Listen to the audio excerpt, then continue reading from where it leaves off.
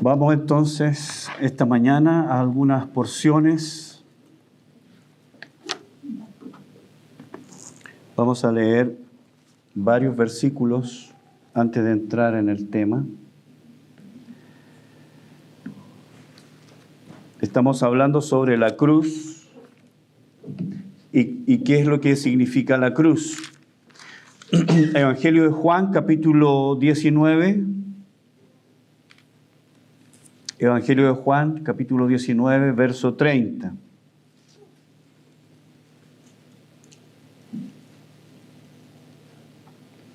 Dice así: Cuando Jesús hubo tomado el vinagre, dijo: consumado es. Y habiendo inclinado la cabeza, entregó el Espíritu. Colosenses ahora, capítulo 2. Colosenses capítulo 2,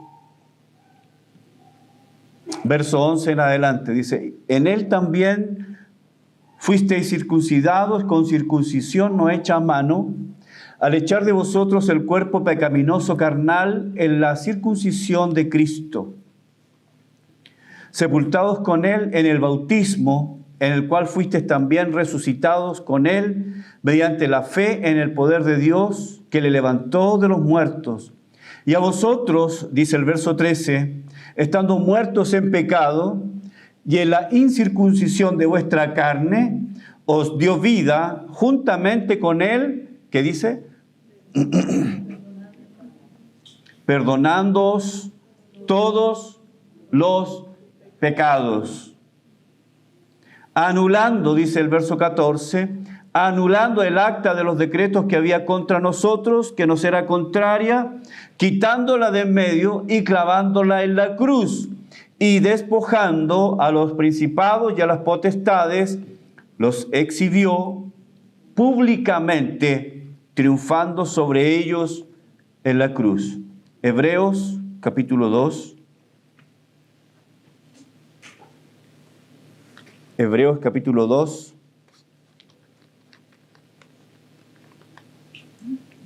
verso 14.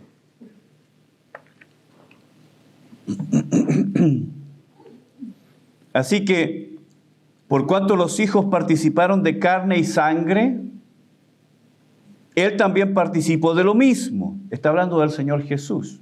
Él también tomó naturaleza humana, participó de carne y sangre. Habla del propósito, para destruir por medio de la muerte al que tenía el imperio de la muerte. ¿Quién tenía el imperio de la muerte? Dice, esto es el diablo. Por último, Apocalipsis capítulo 1, verso 17.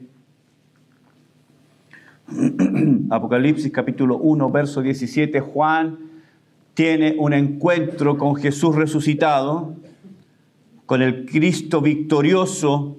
Cuando le vi, verso 17, caí como muerto a sus pies. Y él puso su diestra sobre mí, diciéndome: no temas, yo soy el primero y el último. Y el que vivo y estuve muerto, mas he aquí que vivo por los siglos de los siglos. Amén. Y tengo, ¿qué dice?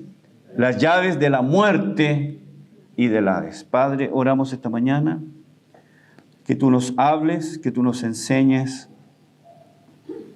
Señor, queremos ser instruidos por ti. Queremos, Señor, recibir la luz de tu palabra. Queremos, Señor, que nos saques de nuestras tinieblas, de nuestra ignorancia, y nos des luz de tal manera que podamos vivir, Señor, en estas verdades eternas, y que podamos entender claramente que la cruz es victoria completa y absoluta. Bendícenos, Señor, en el estudio de tu palabra. Lo pido en el nombre de Jesús. Amén. La semana pasada comencé este tercer mensaje. Este debería ser el cuarto, pero es la extensión del mensaje de la semana pasada, el mensaje 3. Hablando de que la cruz es victoria. Ahora, cuando hablamos de la cruz, cuando nos referimos a la cruz, no estamos hablando del madero, no estamos hablando de la madera. No estamos refiriéndonos a esa madera, ¿cierto? Esos pilares, como fuera. Estamos hablando de lo que ocurrió ahí. ¿Qué fue lo que ocurrió ahí en la cruz? ¿Qué fue lo que ocurrió ahí y que es tan determinante para nosotros en nuestro diario andar? ¿Qué es lo que ocurrió ahí y que con completa seguridad podemos decir que como creyentes nosotros obtenemos victoria? La cruz es victoria. Hemos estudiado en el primer mensaje que la cruz es expiación sustitutoria. Alguien tomó mi lugar en la cruz. En el segundo mensaje hablamos de que la cruz revela el carácter de Dios. Y en este mensaje 3 estamos hablando de que la cruz es victoria. Y no estamos hablando, como dijimos la semana pasada, de una victoria pírrica. Cuando hablamos de una victoria pírrica, estamos hablando de una victoria que se logra, pero a tan alto precio que parece una derrota. El triunfo que se obtiene pagando un precio tan alto, de un precio alto en material o vidas, que pareciera una derrota. De ahí viene el nombre, ¿no?, de una victoria pírrica en honor a este hombre llamado Pirro de Épiro, un griego que en su última batalla le costó tanto de hombres y materiales que casi fue una derrota. Y a veces pensamos que la cruz es una derrota, y eso es lo que Satanás quiere enseñarnos, mentirnos, de que la cruz es una derrota porque Cristo murió. Si hubiera sido una victoria, entonces Él no hubiera muerto, pero Cristo murió. Pero la verdad, hermanos, es exactamente lo contrario. La cruz es una victoria, y eso es lo que quiero terminar de hablar esta mañana. Vimos la semana pasada que la cruz, en primer lugar, tocando el tema de victoria, en la cruz hubo un juicio. La cruz entonces es un tribunal. La cruz es un lugar donde se juzgó el pecado de cada uno de nosotros. Isaías 53, verso 6, dice que Dios cargó en él, en Cristo, el pecado de todos nosotros. 2 Corintios capítulo 5, verso 21, dice que al que no conoció pecado, ¿quién fue el único que no ha conocido pecado? Él es el único que no ha conocido pecado, pero dice, al que no conoció pecado, por nosotros lo hizo pecado. Es decir, Él no pecó, pero como dije en el tiempo de la Santa Cena, Cristo no pecó, nunca pecó. Piensa tú en eso. ¿Conoces a alguien que nunca ha pecado? No existe, no hay nadie. Pero Cristo no pecó, nunca hizo daño a nadie, nunca mintió, nunca tuvo un mal pensamiento, una mala actitud, nunca quebrantó la santa ley de Dios, nunca defraudó al Padre, nunca ofendió su santidad. Pero el Padre lo trató en la cruz como si Él hubiera pecado, y de la manera que lo trató, revela que sobre Él fue puesto todos nuestros pecados, las mentiras, las rebeliones, las injusticias, las iniquidades, los robos, los malos pensamientos, las malas actitudes, los enojos, la ira, la queja. ¿Cuántos se levantaron hoy día y dijeron, oh, qué feo el día?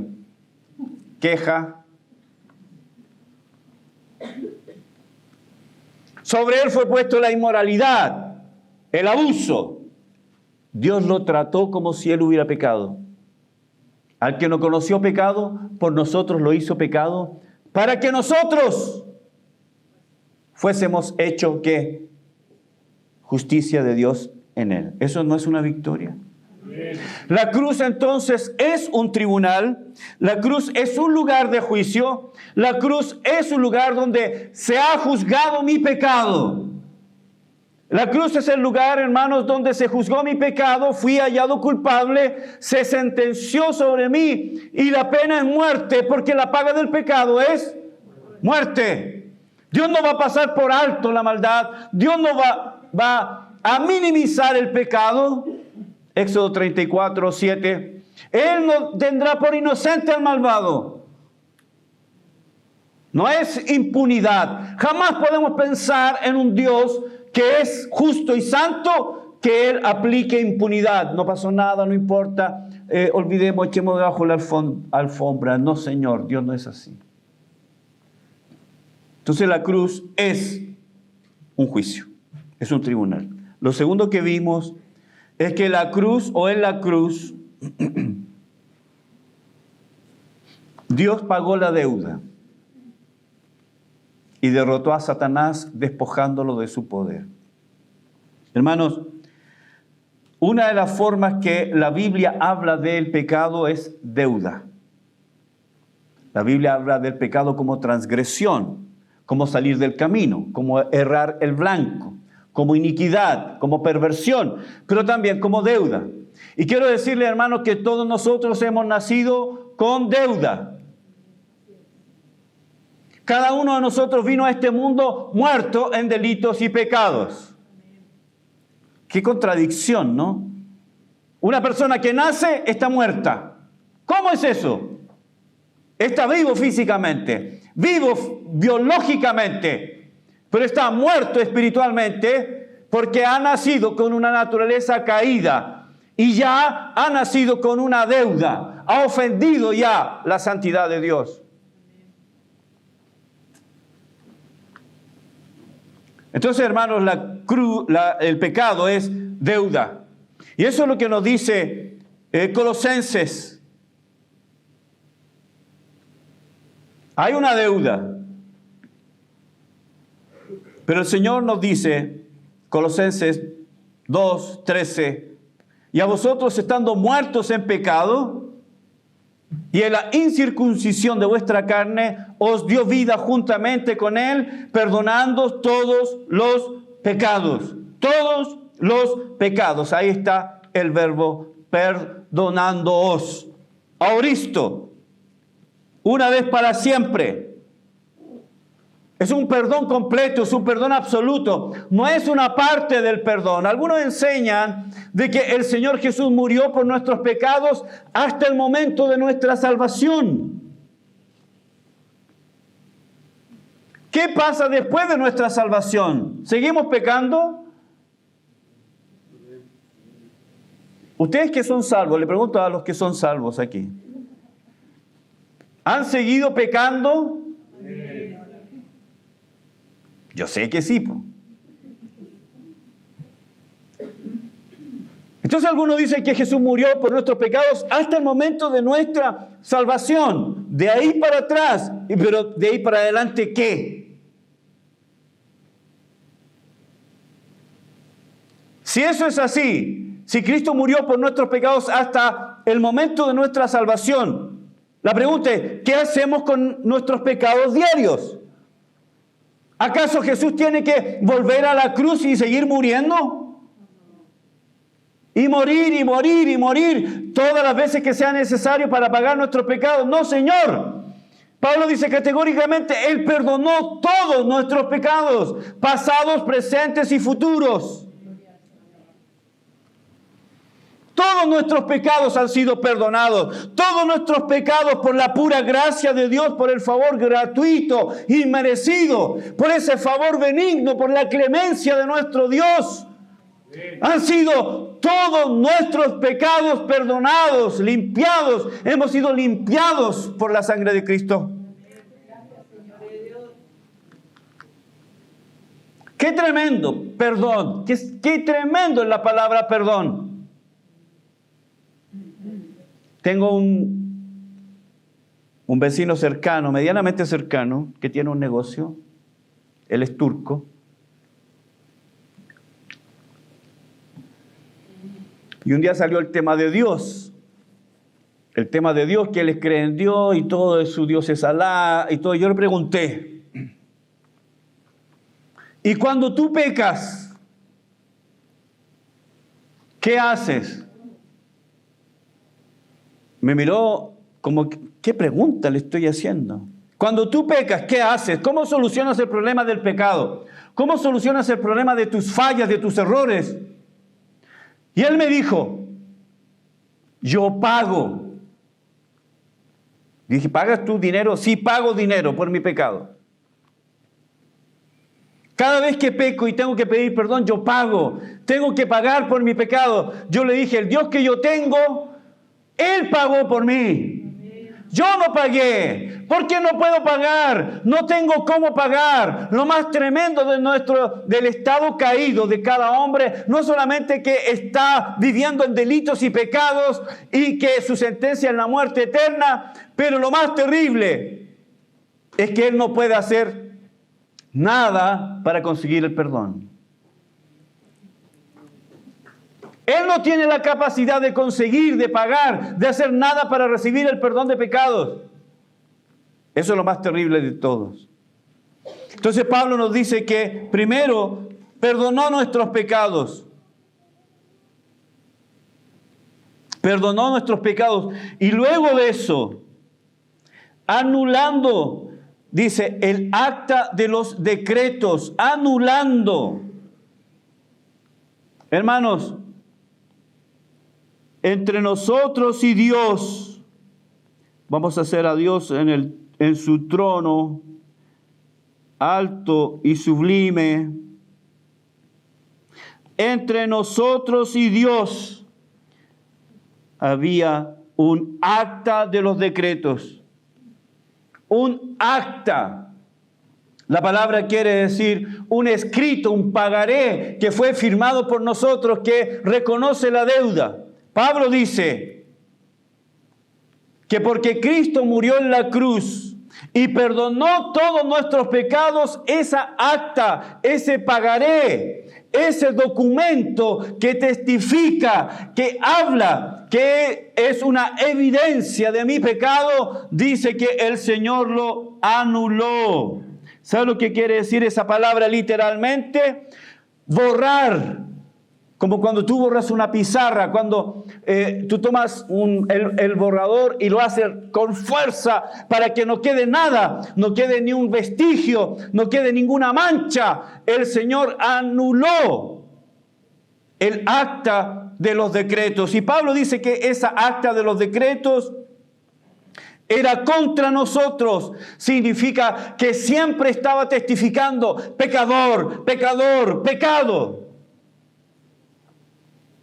Esa acta de los decretos estaba contra nosotros, reclamando la deuda. Ofendiste a Dios, manchaste la santidad de Dios, no obedeciste a Dios, actuaste impíamente. Así como cuando te llama el tío Ites, no te llama para saludarte. Hola, ¿cómo está? De Ites lo llamo. ¿Por qué te llama?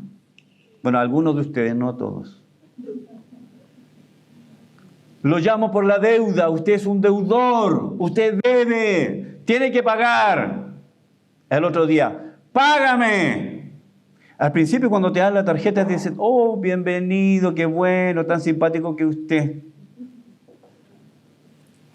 Si es que va a ocupar la tarjeta, pero después que la ocupa y no paga, te llaman, paga, paga, paga. Esta acta de los decretos era contra nosotros, que estaba constantemente atestiguando que teníamos una deuda impaga y que merecía ser pagada, que debía ser pagada, y si no era pagada merecía un castigo.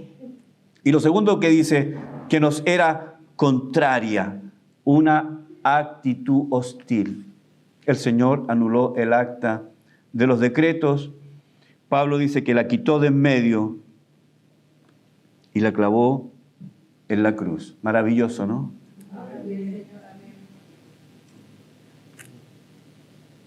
No hay en el cielo, no hay en el cielo ningún registro en contra tuya. ¿Sabía eso?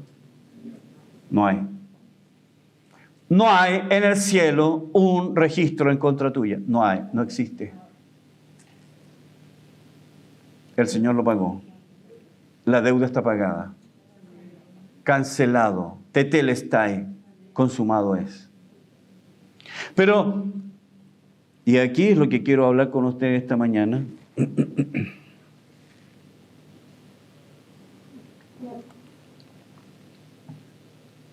No solo Jesús pagó la deuda, no solamente la quitó de en medio, no solamente la clavó en la cruz, no solamente solucionó ese problema, sino que también la muerte de Cristo tiene que ver con el ambiente espiritual. La muerte de Cristo en la cruz no es solo que el Señor perdonó mis pecados. No es solo que quitó esa acta de los decretos que estaba en contra mía, que me impedía acercarme a Dios. Porque como dice Isaías 59:2, nuestros pecados han hecho división entre nosotros y Dios. De nuevo el dibujo. Dios santo, como cantábamos, ¿no? El hombre pecador. División, el acta. El Señor la quitó el acta. El Señor quitó el estorbo, quitó el impedimento. Quitó aquello que nos separaba de Dios. Nuestras rebeliones, nuestras iniquidades han hecho división entre nosotros y Dios. Reclamaba el profeta al pueblo. Pero la muerte de Cristo consiguió el perdón, la anulación y la remoción. Pero la muerte de Cristo también tiene una connotación espiritual. Y eso es lo que quiero hablar esta mañana. La muerte de Cristo también tiene un sentido espiritual. Y Pablo va a hablar del mundo espiritual y cómo la muerte de Cristo afectó al mundo espiritual. Vamos a leer de nuevo el verso 15, Colosenses capítulo 2, verso 15.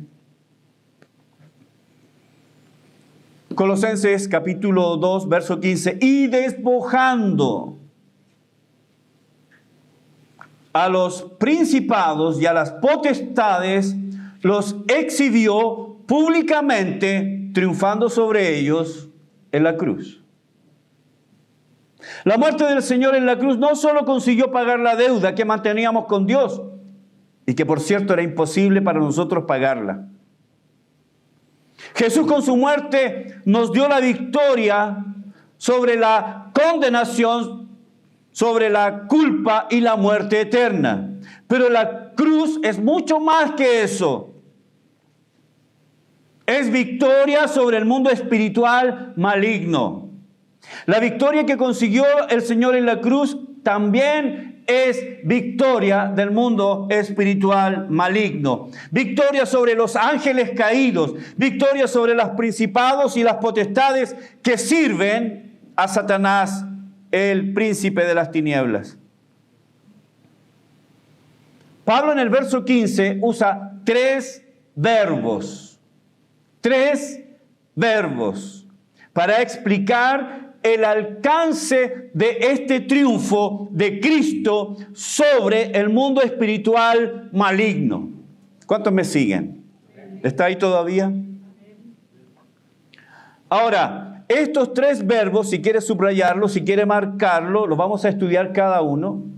Son despojando, el primer verbo, despojando, el segundo verbo, exhibiendo, y el tercer verbo, triunfando. ¿Lo tiene? ¿Quiere que lo repita? El primero es despojando, el segundo es exhibiendo y el tercero es triunfando.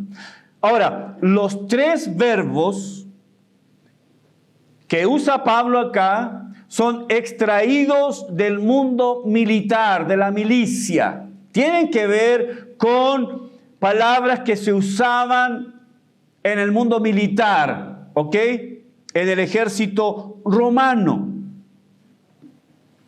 Así que estos tres verbos como dije, tienen que ver con términos militares, porque Pablo quiere poner en nuestra mente, y eso es lo que le pido a Dios que esta mañana ponga en nuestra mente, lo que Cristo logró con su victoria en la cruz, sometiendo a nuestros enemigos con su muerte.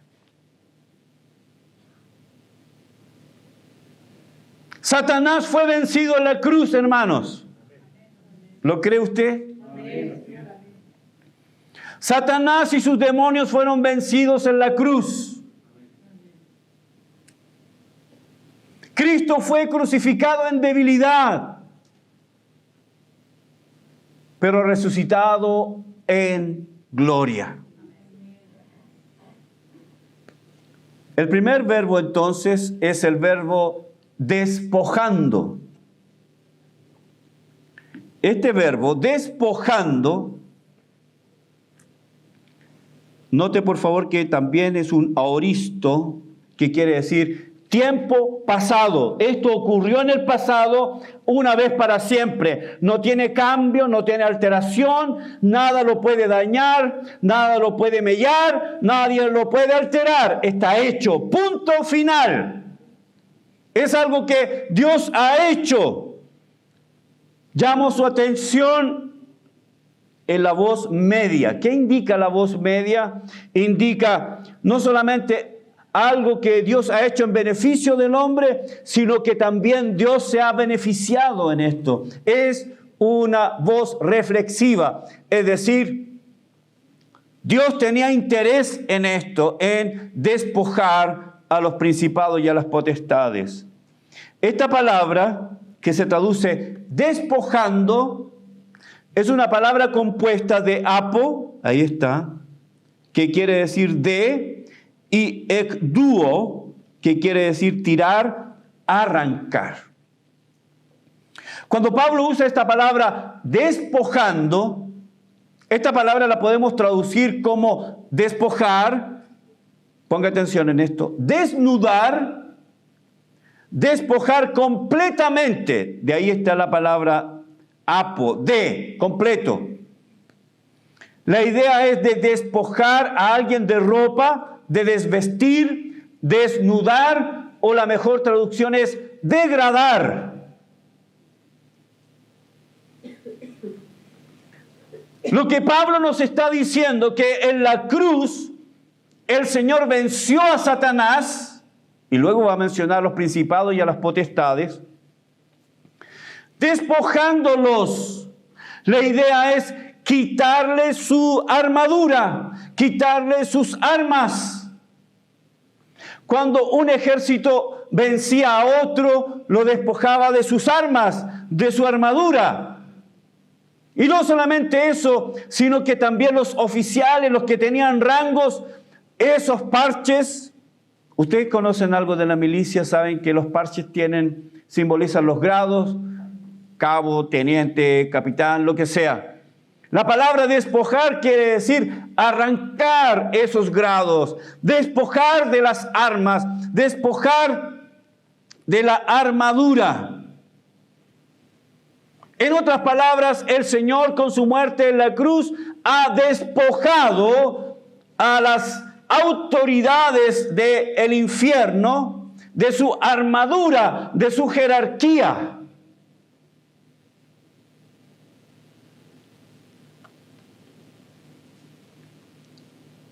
Nuestros enemigos espirituales han sido despojados de sus armas. Esas armas que nos hacían daño. ¿Cuántos me siguen?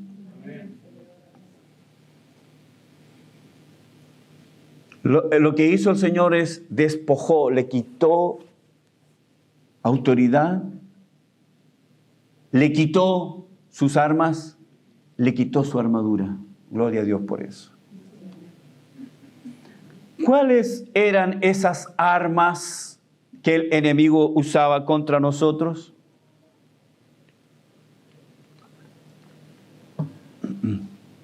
Por lo menos dos: el engaño, la mentira y la condenación. La Biblia nos dice que el diablo, el terrible acusador de los hermanos, Apocalipsis 12:10, Zacarías capítulo 3. ¿Quién es el acusador de los hermanos? ¿Quién es el que acusa a los hermanos delante de Dios día y noche? ¿Quién está acusando a los escogidos? ¿Quién? Satanás, sus ángeles, acusándolo. Mira, Señor, tú estás bendiciendo a esta persona, estás bendiciendo a este hermano, mira cómo se porta. Tú lo estás bendiciendo con dinero, le va bien en el trabajo y se va a jugar un loto. ¿Cómo eso, Señor? Acusador, acusador, acusador de los hermanos. Satanás es el acusador de los hermanos. Ahora, siempre había una razón para acusarnos. Vamos a Zacarías, no perdamos de vista Colosenses. Zacarías está prácticamente terminando el Antiguo Testamento, antes de Malaquías. El ministerio de acusación de Satanás, Zacarías capítulo 3.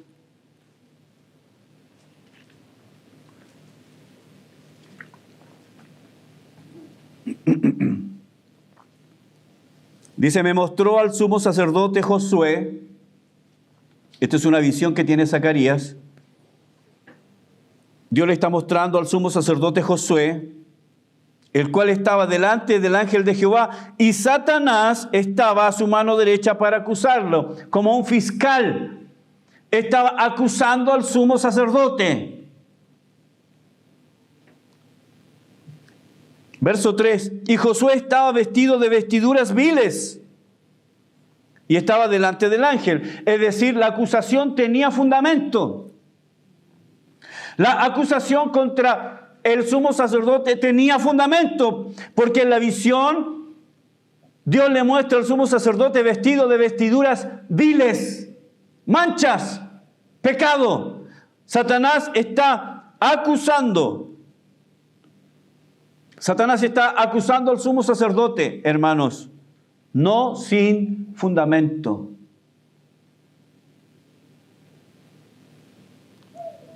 Cuando Cristo muere en la cruz,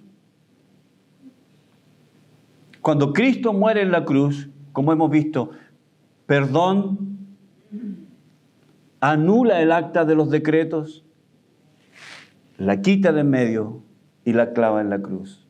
Es decir, ha despojado a los principados y a las potestades de ese fundamento sobre el cual el creyente puede ser condenado. Porque ya no hay fundamento. ¿Dónde está el fundamento? Ha sido quitado, ha sido removido, y no solamente eso, ha sido clavado en la cruz. Hermanos, no hay ahora ningún fundamento para la condenación. Pablo dice en Romanos 8:1, ahora pues ninguna condenación hay para los que están en Cristo Jesús. No hay. Porque ese acta de los decretos que era contraria a nosotros, que se oponía a nosotros, que estaba puesta para condenarnos, ya ha sido quitada. No hay. ¿Eso no es victoria? Los principados y las potestades, Pablo dice, ¿no? Fueron despojados. Número 2, segundo verbo. Los exhibió. El verbo exhibir, también aoristo, pero ahora la voz activa, los exhibió. Literalmente, el verbo nos da la idea de mostrar, presentar a la vista, exhibir, literalmente mostrar abierta y audazmente. Pablo está diciendo que los principados, las potestades, los poderes del infierno, los acusadores de los hermanos han sido despojados de su armadura, han sido despojados de sus armas, han sido degradados. Incluso, hermanos, la palabra también, ¿cierto?, a modo de metáfora, han sido desnudados. En otras palabras, aquellos que en algún momento nos condenaban, nos acusaban. Y qué traidor es Satanás, porque él viene para tentarnos. Muchas veces, ¿no? Aunque algunas veces ni siquiera necesitamos al diablo para pecar porque nos tentamos nosotros mismos. ¿O no? Como alguien dijo una vez a un matrimonio que estaba teniendo problemas de inmoralidad y la esposa estaba hablando con el pastor, esta es la no sé cuántas veces que me ha engañado, etcétera, etcétera, etcétera. ¿Y usted qué dice, hermano? El diablo me tienta. El diablo es el culpable. Hermanos, Satanás viene para tentarnos y luego que hemos caído nos condena. Entonces el Señor los exhibió, literalmente, los mostró sin los elementos que en algún momento tuvieron y que les dio autoridad sobre nosotros. Esa acta de los decretos era el acta que le daba autoridad al mundo espiritual contra nosotros. Ese acta de los decretos donde estaba escrito nuestro pecado, eso le daba autoridad a Satanás contra nosotros. Pero cuando el Señor murió, perdonó, quitó y lo clavó en la cruz. Para siempre, aleluya. Los exhibió, dice, públicamente. Esa palabra públicamente, lo vamos a entender luego, pero esa palabra quiere decir literalmente el acto de hablar todo. También libertad o franqueza al hablar, libertad para decir todo lo que uno piensa o quiere. Eso es lo que dice la palabra públicamente. Vamos a entender esto estudiando el tercer verbo. El tercer verbo es triunfando. Este es el último verbo. Entonces el Señor despojó a los principados y a las potestades, los exhibió en su degradación y ahora dice triunfando sobre ellos en la cruz. Esa palabra triunfando es la palabra griega triambeusas, triambeusas. Esa palabra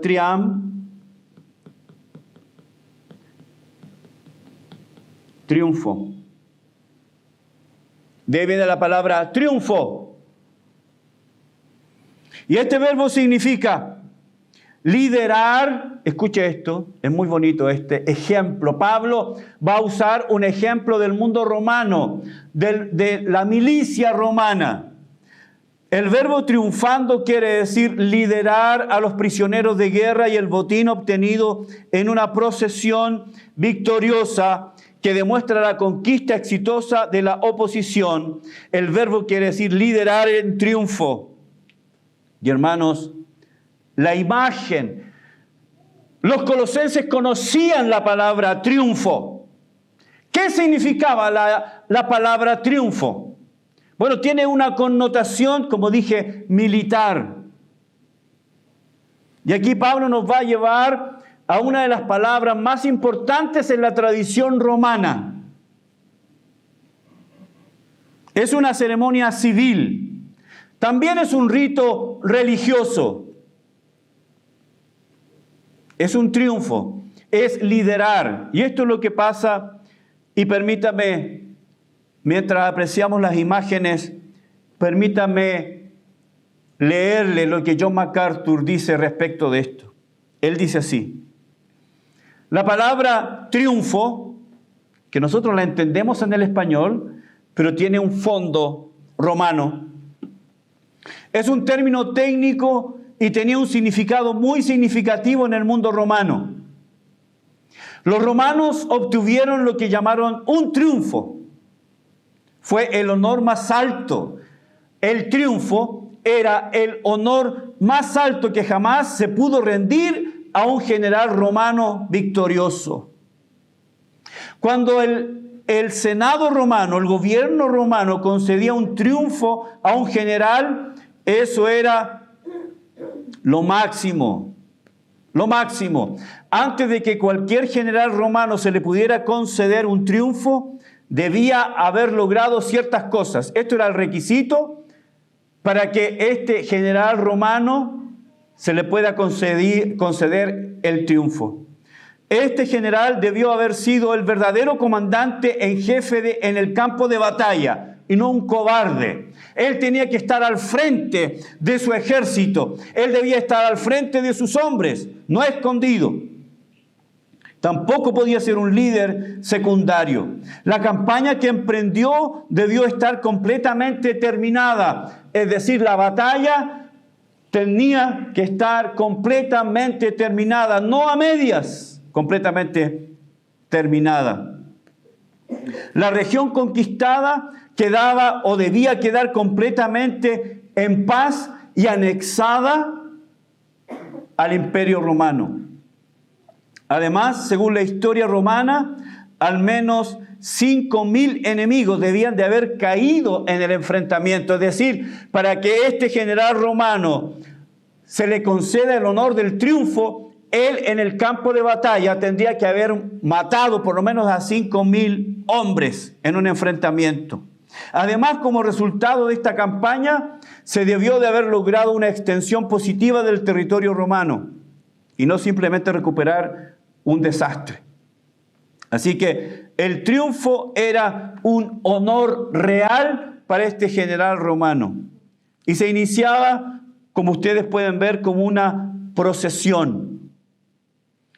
El general era puesto sobre una carroza tirada por 4 caballos blancos. A él se le ponía una corona de laureles como vencedor. Sobre él se ponía como una especie de aureola, porque también se consideraba no solamente un general victorioso, sino casi como un dios. Y en el desfile, hermanos, había un orden. Primero él, la gente de Roma salía a recibirlo, le cantaban alabanzas, le gritaban cosas a él. La gente, toda la gente de Roma salía a recibirlo en esta marcha, en este triunfo. Así que primero, después de este hombre, vinieron los funcionarios estatales y el Senado, los políticos siempre ocupando un lugar importante. Después de los políticos, los trompetistas que anunciaban que se avecinaba. Luego, detrás de ellos, venía el botín de la tierra conquistada, joyas, telas, animales, el botín. Después de ellos, venían 2 animales blancos que iban a ser sacrificados en el templo de Júpiter. Luego vinieron los que se llamaban los líctores. Y esto era un grupo de hombres que golpeaba a los que eran conquistados, a los prisioneros. Detrás de él, detrás de los trompetistas, detrás de los animales, venían estos hombres que fueron tomados cautivos, prisioneros. Y estaban otros hombres romanos que se llamaban los lictores o castigadores. Y estos hombres tenían como propósito, en la medida que estos cautivos que estaban esposados, que estaban amarrados, que estaban desnudos, despojados de sus vestiduras, despojados de su armadura, despojados de sus armas, muchos de ellos caminaban desnudos. Estos lictores los golpeaban en la cabeza, los golpeaban en la espalda. Y después de eso venía la música. Y después de eso un grupo grande detrás que gritaba: ¡triunfo! Y el pueblo decía: ¡triunfo! Y de nuevo decían: ¡triunfo! Y el pueblo decía: ¡triunfo! Y esto se repetía otra vez y otra vez. Decían: ¡triunfo! ¡Triunfo! ¡Triunfo! Y la gente de Roma le gritaba a estos hombres que estaban cautivos, le gritaban: tú me asustaste, nosotros les teníamos miedo a ustedes, pero ahora nuestro general los ha vencido. Teníamos miedo de ustedes, pero ahora nuestro general los ha vencido y ustedes son derrotados. Por eso Pablo dice que los exhibió públicamente, triunfando sobre ellos en la cruz.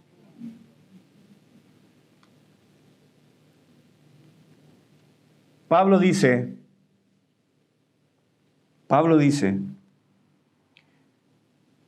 que nuestro enemigo no tiene nada donde basarse para condenarnos o acusarnos. Su arma más poderosa, la acusación, la condenación y la culpa, han sido llevadas a la cruz. No hay condenación. Y esas voces de los principados y potestades que decían: la paga del pecado es muerte, merecen la muerte, merecen la muerte, merecen la muerte. En Hebreos 2:14 dice que el que tenía el imperio de la muerte era el diablo. Con la muerte de Cristo, cuando Juan lo ve en Patmos resucitado, el Señor le dice: yo estuve muerto, pero ahora vivo. ¿Y qué le dice a Juan? Yo tengo las llaves de la muerte. Despojó a Satanás de su autoridad. Hermanos, la cruz es victoria, porque ahí Cristo, cuando fue crucificado en debilidad y soportó la ira de Dios y murió, y la Biblia dice que descendió a los infiernos, pero puesto que no había pecado, resucitó al tercer día y ascendió a los cielos y nos ha dado la victoria. La victoria sobre nuestros enemigos, la victoria sobre el mal, sobre principados y potestades. Amén. Amén. Vamos a orar. Padre, gracias por esta mañana. Gracias por tu palabra. Gracias por esta verdad, Señor. Gracias, Padre, por la victoria que tenemos en la cruz. Gracias, Señor. La cruz es victoria. Padre, graba esta verdad en nuestro corazón. Tenemos tanto que aprender todavía. Permite, Señor, que esta verdad quede grabada en nuestro corazón. Y no solamente eso, sino que aprendamos a vivir en esa verdad. Lo pido en el nombre de Jesús. Amén. Amén. Amén. Que Dios les bendiga, hermanos. Nos vemos en los grupos caseros.